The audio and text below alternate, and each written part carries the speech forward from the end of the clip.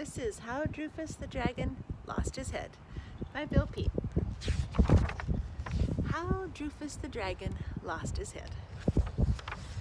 Once upon a time there lived a family of dragons. They were a horrible bunch of beasts who traveled about from country to country, stirring up trouble wherever they went.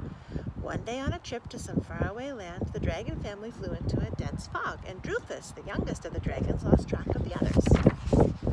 Droofus kept circling about in the endless gray cloud, calling and calling in a squeaky small voice until at last he was too weary to flap his wings. Then the little dragon gave up and went gliding down to land on a mountainside and crawled into a cave where he curled up in a corner to sleep for the night.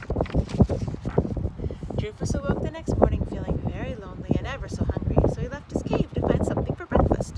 Droofus was just 4 years old, and at that age dragons feed on small things like grasshoppers and beetles. As he was searching the tall grass near the cave, he came across a grasshopper struggling helplessly in a spider web. The spider was all set to pounce when suddenly Droofus snatched the grasshopper out of the web. For a long while, Droofus held the grasshopper by one leg, wondering what to do. How could he eat something just after saving his life? It didn't seem right. So he finally set the grasshopper free.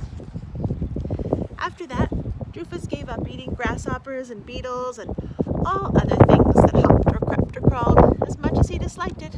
The young dragon took to eating grass. It tastes awful, he said after one mouthful, but I'll just have to get used to it. And sure enough, the more grass he ate, the better it tasted. Pretty soon Droofus found the grass so tasty he was stuffing it down by the fistful.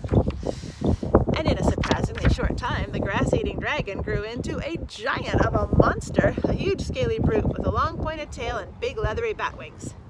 There's too much in me now, grumbled Droofus. I'm one big overgrown lunk with nothing to do but eat and sleep. Then he remembered his wings. He hadn't been on a flight since he was 4 years old, the day he was lost in the fog. Flying might be fun for a change, he said, and spreading his wings he sailed up through the pines and then out over the countryside.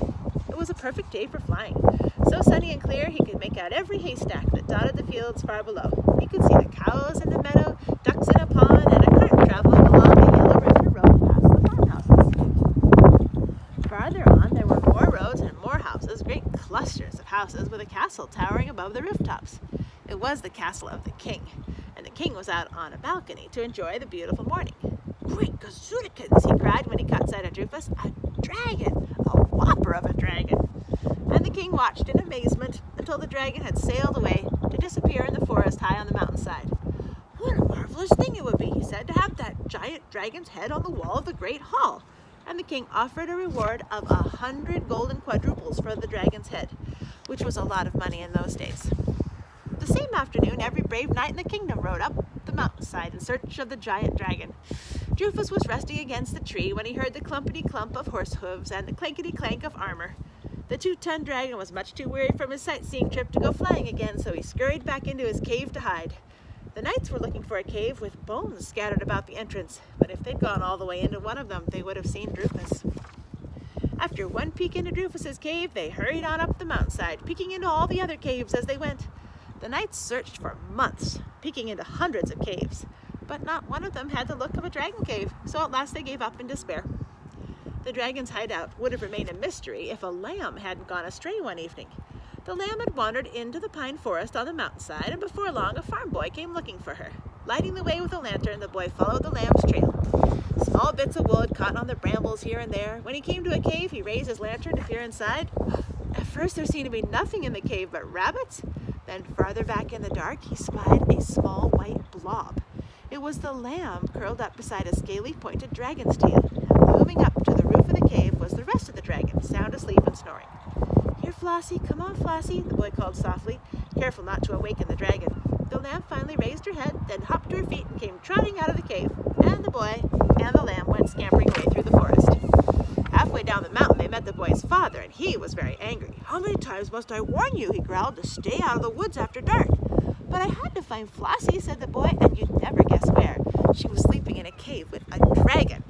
A dragon, stammered his father. Are you sure? A giant of a dragon, said the boy. Why, son, did you know there's a reward for his head? 100 gold quadruples. The king's knights have been searching the mountains for months. If you lead the knights to the cave, I'm sure you'll get at least part of the reward. I can't do that, said the boy. He wouldn't hurt my lamb. If he wouldn't hurt my lamb, he must be a good dragon. So I'll never tell anyone where he lives. nothing to worry about, so little to do. Life was getting dull for Droofus, and he decided a change of scenery might help. One day he said goodbye to his cave and took off on a trip to most anywhere. However, he picked the very worst day for flying, and before he knew it, Droofus was caught in a storm. He wheeled around to head back for his cave, but too late. The fierce wind twisted his neck and tail and ripped at his wings and sent him tumbling backward into the clouds. The dragon battled the storm until his wings were tattered to shreds. Then, helpless as a butterfly, he went whirling down out of the clouds to land on the earth with a kerwump far out in the field. Droofus was so badly battered and bruised he couldn't move. He was one big hurt from the point of his tail to the spikes on his nose. As he lay there, sprawled out in the field while the storm went thundering away, he heard someone shouting, "It's the dragon, the big dragon! I saw him fall!" And pretty soon, a small boy came running across the field, followed by a man and a woman. It was the same boy who had found his lamb in the dragon's cave. "It's him, all right," said the boy, with one look at Droofus. "He appears to be dead," said his father. "Oh, what a pitiful big thing," said his mother. "But he's not dead," cried the boy. "He just blinked an eye." "I can blink an eye," groaned Droofus, "but that's all. I'm just about done for." "Are you going to tell the king?" the boy asked his father, "and collect the 100 quadruples?" "You found him, son, so that's for you to decide." "He's a good dragon," said the boy, "and if I take good care of him, he might get well." Droofus was covered with a straw stack to keep him from chilling during the night, and every day the boy brought him bunches of fresh grass and a tub of fresh water, and every day the dragon felt a bit better. "What makes your father so sad?" asked Droofus one day. "Because we're so poor," said the boy, "and the reason that we are so poor is because of all these big rocks. They take up so much room, there's not much land to grow anything. We've tried every which way to get rid of them, but with everyone on the farm all pulling and pushing at once, we can't budge even one of these rocks." "That's enough to make anyone sad," sighed Droofus.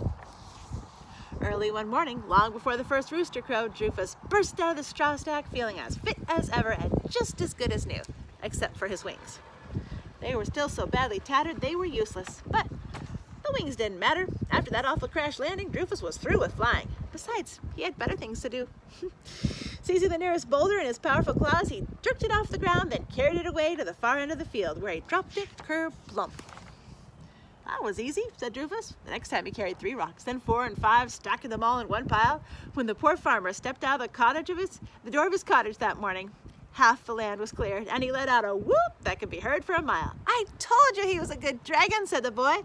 "He's a great dragon," cried the father, tossing his hat high in the air. By noontime, Droofus had piled every last rock into one big pyramid. At last the land was clear, and the happy farmer hitched his donkey to a plow and set out across the field. "If that's what you call plowing," said the dragon, "I can do that too." Jabbing his pointed tail deep in the earth, Droofus went trotting along, leaving a deep furrow, pulling up weeds and eating them as he went. After the plowing was done, he helped plant the wheat, he hauled logs from the forest, and used his long jagged tail for a saw. He cut enough firewood in one day to last the whole winter. When he ran out of things to do, he stood in the wheat field with his great arms outstretched, serving as a very fine scarecrow. "He's worth a lot more than 100 quadruples," said the happy farmer. "He's worth 1,000. But the happiest of all was Droofus. At last he had become something useful, not just a big lunk of a thing. He no longer worried about the king's knights coming after him. The farm was so far out in the country, hardly anyone even knew it was there. There was only one person to worry about, the old sheep herder who lived somewhere back in the hills. Once every spring, the man drove his ox cart over the bumpy road that ran past the farm on his way to the village to market his wool. The bad-tempered old fellow could be heard shouting at his oxen long before he passed by the farm, so there was plenty of time for Droofus to slip out of sight behind the barn. But one spring day, as the ox cart passed by, Droofus was careless and left his long pointed tail sticking out. The old sheepherder knew very well such a tail could only belong to a dragon. When he reached the village late in the day, the old fellow went straight to the castle to tell the king. The next day, the king and all his knights came riding up the road to the farm on their great war horses, armed with swords and lances. Droofus knew it was no use hiding. They'd heard the news he was there, or they wouldn't have come. So he stood there in the field, while the farmer and his son ran out to greet them. "We've come for the dragon," said the king, "and here's your reward of 100 golden quadruples." "I don't want the reward," said the farmer. "The dragon's not for sale." "I must have his head," said the king, "so please stand aside." "But he's a good dragon," said the boy. "He's as tame as a kitten. He even sleeps by my bed every night." "Look here, boy," growled the king, "I've no time for tomfoolery." "I didn't mean all of him," said the boy. "Only his head sleeps by my bed. He sticks his neck through the window, and the rest of him stays outside." Well, now, son, that's a bit more like it, said the king. In fact, that gives me an idea, a grand idea. I'll borrow your dragon just for special occasions, and I'll pay you 20 quadruples each time. What do you say to that? Well, it's up to the dragon, said the boy. Make it 30 quadruples, said Droofus. Then 30 it is, said the king.